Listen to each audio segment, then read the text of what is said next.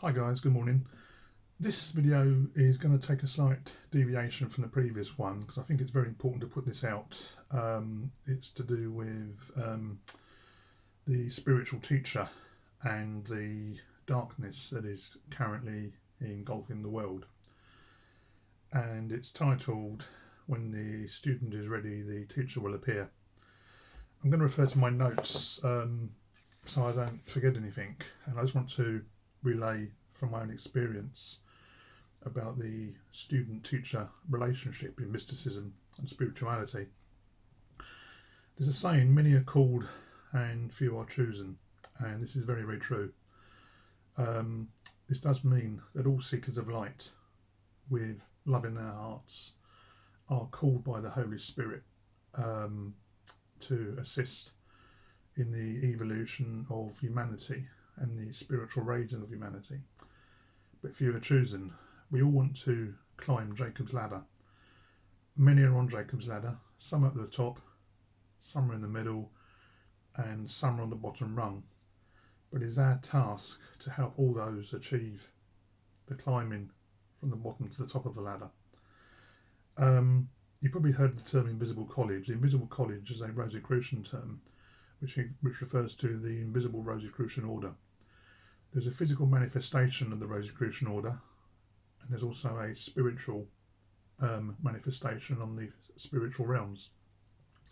So when people refer to the invisible college or the invisible brotherhood, they're referring to the invisible teachers that operate behind the scenes guiding humanity. I was called many years ago when I started my search, which is over 40 years ago now, and I started following spiritual paths. I went down many pathways, but I ended up following the path of the mystic, the Christian mystic and mysticism. And it's true. I'm trying to explain to you really how this works so the sincere seeker knows what to look for to find the true spiritual teacher and doesn't miss it, as many of us do. There's a chain of light that is passed on, an initiatic chain. This chain goes back hundreds, perhaps thousands of years, and it is a universal brotherhood of men and women. Many are part of that chain. There are many teachers and there are many students. There are inner and outer mysteries. The outer mysteries you tend to read in books or when you join esoteric orders or mystical orders. And it's not till you proceed or process spiritually that you receive the inner teachings. And most of these inner teachings are verbal, from mouth to ear. And then there are the higher spiritual teachings, which come from the academies on high, or the invisible college, or the invisible brotherhood, or the great white brotherhood, if you like, which basically come through your dreams and intuition. The task of the seeker is recognizing the teacher when you see one. Most spiritual teachers, true spiritual teachers and brothers of the Holy Cross, don't announce their presence. They won't say, "I'm a teacher." They won't call themselves a master. If anything, they will downplay the facts and actually say they're not a teacher at all. I met my first physical teacher many years ago by chance in an occult bookshop in Hastings. And we stayed in touch for many years as friends, and he was my mentor. He taught me many, many things. He was a man of great wisdom. He's still alive, although we no longer have contact on the physical plane. We do have contacts on the spiritual planes when needed. I was called to higher things. The teaching itself is very, very subtle. The teacher won't say, "Look, this is what you do." All the teacher will do is give you subtle suggestions, plant thoughts in your head as to what to read, what to look at, what to meditate upon. And it is down for the student to act upon these impulses because you have free will. That's the role of the true teacher. And my teacher worked like this.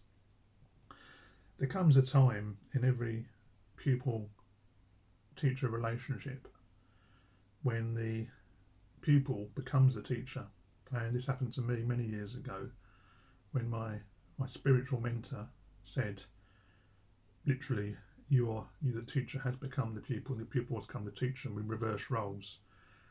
He then moved aside and I then began my own teaching role. You don't look for pupils and pupils don't look for you. They are brought together through divine providence. I've had a couple of pupils I've been working with recently, and this is part of the reason of this video, to highlight the dangers. I don't mean dangers in as much as the spiritual path is dangerous. I want to highlight the dangers of how the darker aspects of the clip-off work to break up the pupil-teacher relationship through very subtle means. There's a saying, when the pupil is ready, the teacher will appear, and this is very, very true. My own experience, my physical teacher withdrew, and I then had a inner plane teacher from the higher realms, which this isn't mediumship, this is far beyond mediumship, and I am part of a chain of light, and sometimes this chain gets broken. When I look back on my life, at my own discipleship, if you like, there are many things I didn't understand and I had many questions, but with my experience gained, I can now look back and I really understand the pearls of wisdom that were thrown before me that I sometimes didn't grasp, because it is never that clear cut. It's very, very subtle, and the path to true adeptship and true spiritual knowledge comes from those that seek from within and without. Okay. Basically, when the physical teacher moved on, I had a spiritual teacher called a Magid, which is a term for a spiritual being, a highly evolved spiritual being that works on the invisible college and teaches through your dream state and your subconscious state. As the pupil becomes a teacher on the inner and outer planes of manifestation, the chain of light continues, and it continues to be passed on. At certain times during this initiatic chain, the student will suffer many dark nights of the soul.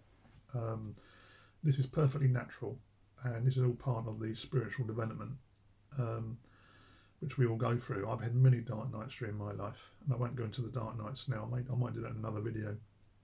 But what I want to talk about is clip-off. Clip-off is a Jewish term from the Jewish mystical Kabbalah. And I'm talking really about the mystical Kabbalah here. And the Kabbalah is the blueprint of life. It is the blueprint of creation. It is God's word manifested on earth. It is how creation happens. It is what it is. It is what we are. It is I am that I am. Clip-off are darker spiritual entities. They're soulless entities, if you like. They're husks of energy that are neither light nor dark. They're just empty. When the student is trying to climb Jacob's ladder to spiritual enlightenment, these husks are attracted to the light like moths are to a flame. They operate very subtly on the mental and astral realms or spheres of our physical energy bodies through our minds. What is happening in the world at the moment is a sustained clip-off attack on world leaders, because they do not want humanity waking up to the spiritual truth of who they are and the God-given power that rests within them. And this is part of the reason there's so much darkness in the world. There are many spiritual teachers working in the world at the moment that aren't doing it publicly. I've decided to make this video public because I think it's very important that people understand you're not alone and you're being helped from higher sources through teachers on this world who are both physical and spiritual, and I'm just one of many. I don't even like to call myself a teacher. I'm just a channel from a higher source. Okay, so clip-off work on the mind. To highlight how they work, I have been subtly teaching somebody without their knowing spiritual truths for some time now, 2 or 3 years, possibly more. I've never told them that I'm a teacher, because that's not what the teaching role does. because that then is your ego saying I'm a master or I'm an expert or whatever, which I am not. There's an old saying, I know nothing, but I know everything. And that's very, very true on the spiritual path. I know nothing, but I know everything. So what happens, I've been teaching this particular person for a number of years, very subtly, by suggesting various things to her, pointing her in certain directions, dropping subtle hints. It is up to the pupil to act upon these hints, because what would happen in time, they would become immersed in the chain of light, and they're protected in the chain of light, and they're true souls of fire. These souls of fire in time will then have their own pupils, and this is how it progresses, and it's progressed for thousands of years like this, on the outer planes and the inner planes. Everything happens above, and then below, as above, so below, Hermes Trismegistus. Okay. And basically, through a sustained clip-off attack in the past couple of days, seeds of doubt were sown in another person's mind who I also know. And I knew this was a clip-off attack, and I warned my I say pupil friend about this, and I highlighted to her what was happening, because I've seen it before happen. I know how it happens. It's very, very subtle. As a consequence, the chain of light was broken.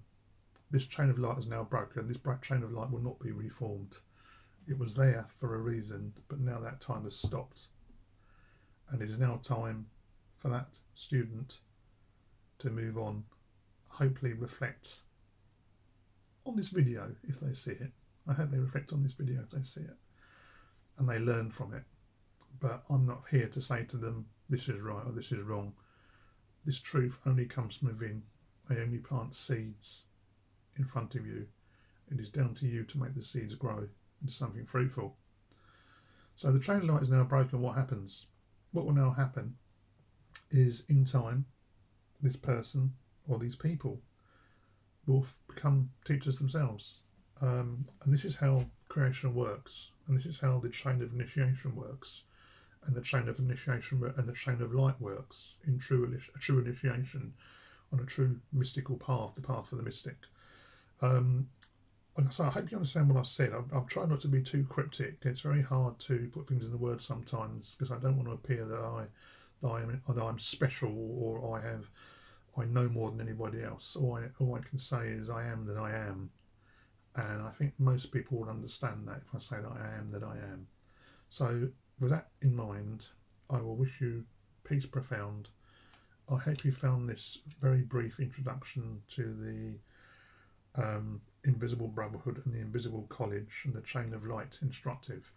If you have any further questions, please drop me a message on this video, or you can read more about my esoteric life on my esoteric website, which is visionaryinsights.co.uk, or ianbroadmore.com, or on my psychological site, bintraclinic.co.uk. I'd like to wish you now light on your path. May you truly seek and find the light you seek in your life. Thank you for listening. Goodbye.